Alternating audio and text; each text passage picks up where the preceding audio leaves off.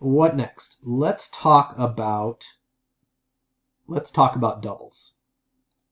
So this is me. I play a lot of doubles.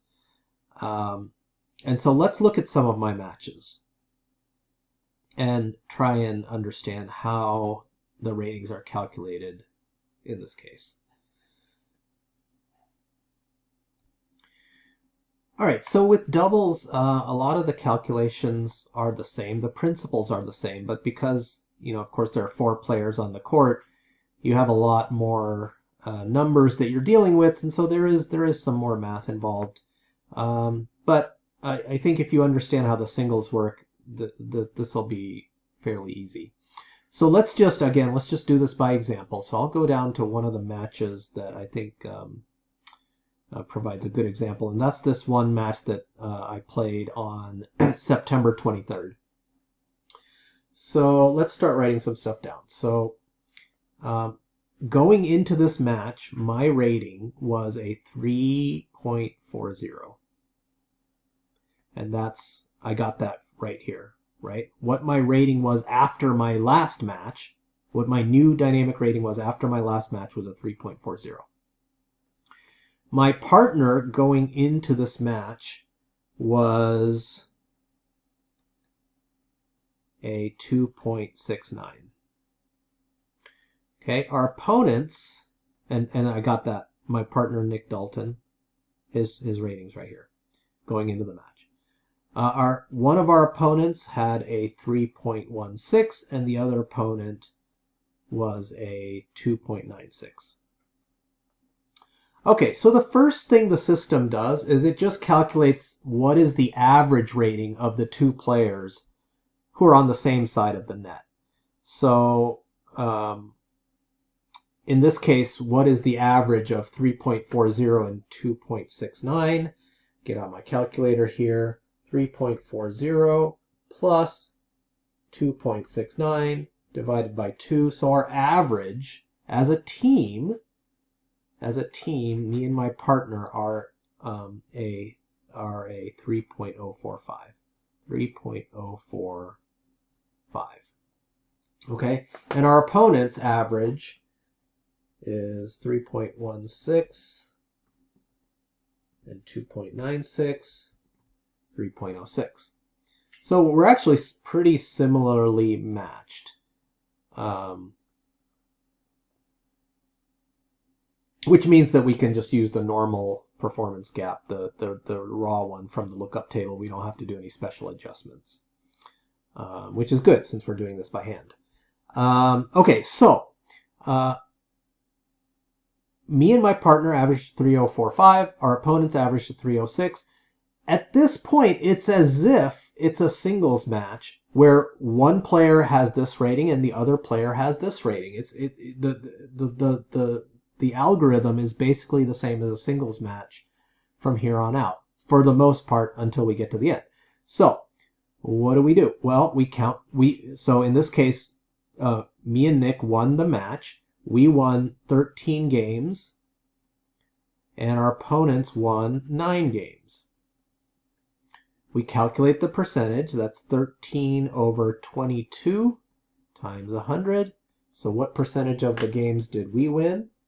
It's 13 divided by 22 times 100. We won 59.09% of the games. 59.09% of the games. Now, we just looked that up in the lookup table. 59.09, it's down here. So that's a 0.09 performance gap.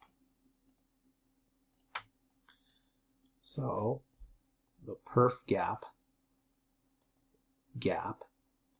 is positive 0.09, which means that we performed this much better than our opponents. As a team, our opponents came in at a 3.06. The performance gap was a 0.09. That's how much better than them we performed. So that means our performance as a team, so I'll say my team performance was their rating going into it plus the performance gap. So as a team, Nick and I performed at a 3.15 during this match. Okay, so where is this 3.51 coming from? Well, that number represents my performance personally, just for me. This 3.15, that's me and Nick as a team, how well we performed. 3.51 is how well I performed. So how did we get from one thing to the other? Well, what TennisRecord basically does is it assumed that if there was any improvement, that both players got credit for the same amount of improvement. So let me explain. So going into the match, Nick and I as a team were a 3.045, and then during the match we played at a 3.15 level. So that's an improvement of 3.15 minus 3.045, right? Yep. And so we do that subtraction, and it comes out to be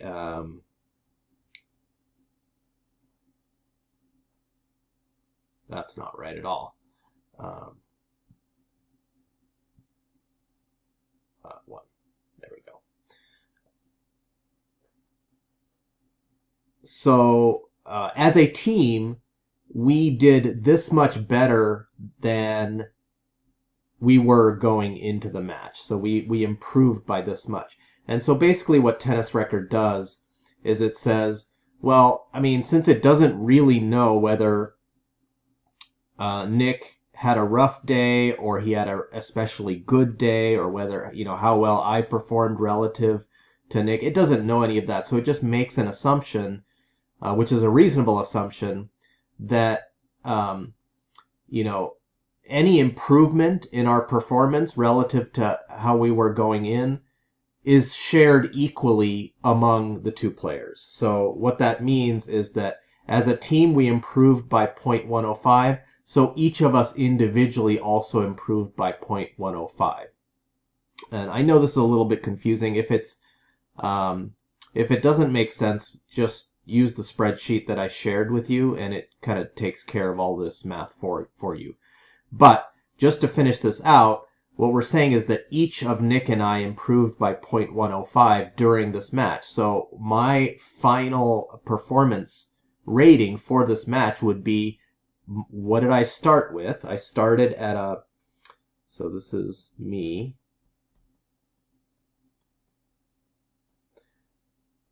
I started at a 3.40 going into the match. I improved by 0.105. So we add those and we get 3.505. And that's what this number indicates right here, the 3.51. That was my performance for the match. And if we go and look at Nick, he went into the match at a 2.69. He improved by 0.105. And so we add those. And so he should come out at a 2.795. And in fact, if we go to his profile and look him up, we should see that TennisRecord assigned him a performance rating of a 2.795, or approximately that, for this match. So go to the same match, September 23rd. He played with me as his partner against Josh and Doug. And in fact, TennisRecord assigned him a performance rating of 2.80, which is basically this, just rounded to the second decimal place. And so that's how doubles works. And again, feel free to just use the spreadsheet. It kind of takes care of all of this for you. But the overall summary is average the two partners to get their team rating, and then just treat it like a singles match until you get to the end.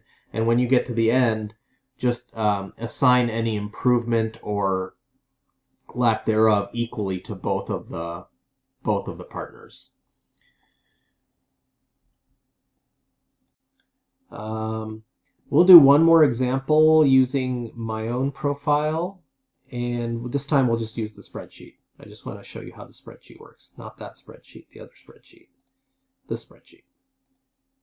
Okay, so you go to the doubles tab. There's several tabs. There's only 3 tabs on the bottom. Singles, doubles, and then the lookup table. So we're going to use the doubles tab. And we'll just do this top match, my most recent match where I played with Max against William and Matthew on January 21st. So my dynamic rating going into the match is this, 3.50.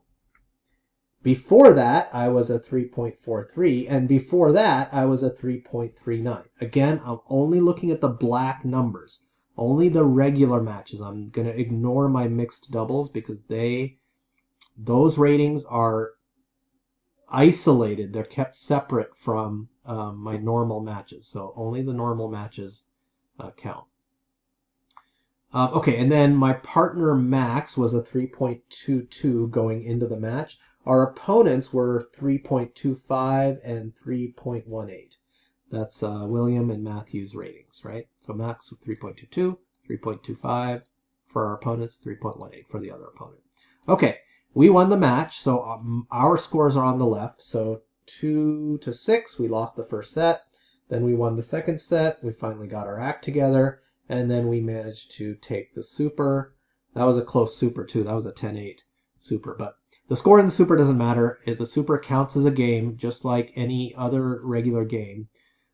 Some people think the super should count more, should be weighted more than a regular game, but from what I can tell on TennisRecord.com, all tie breaks and all superset tie breaks are just counted as regular games. Anyway, we won, 9 games to their 7? So we won 56.25% of the games. Go look that up in the table.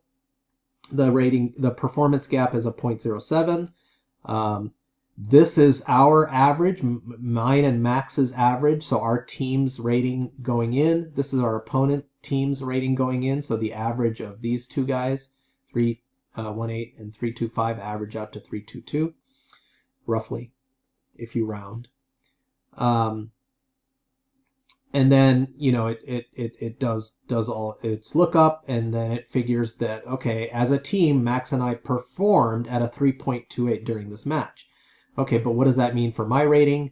Well, since I was higher than Max going into it, I should be higher than Max coming out. So my performance in the match was a 3.42, as the spreadsheet predicts.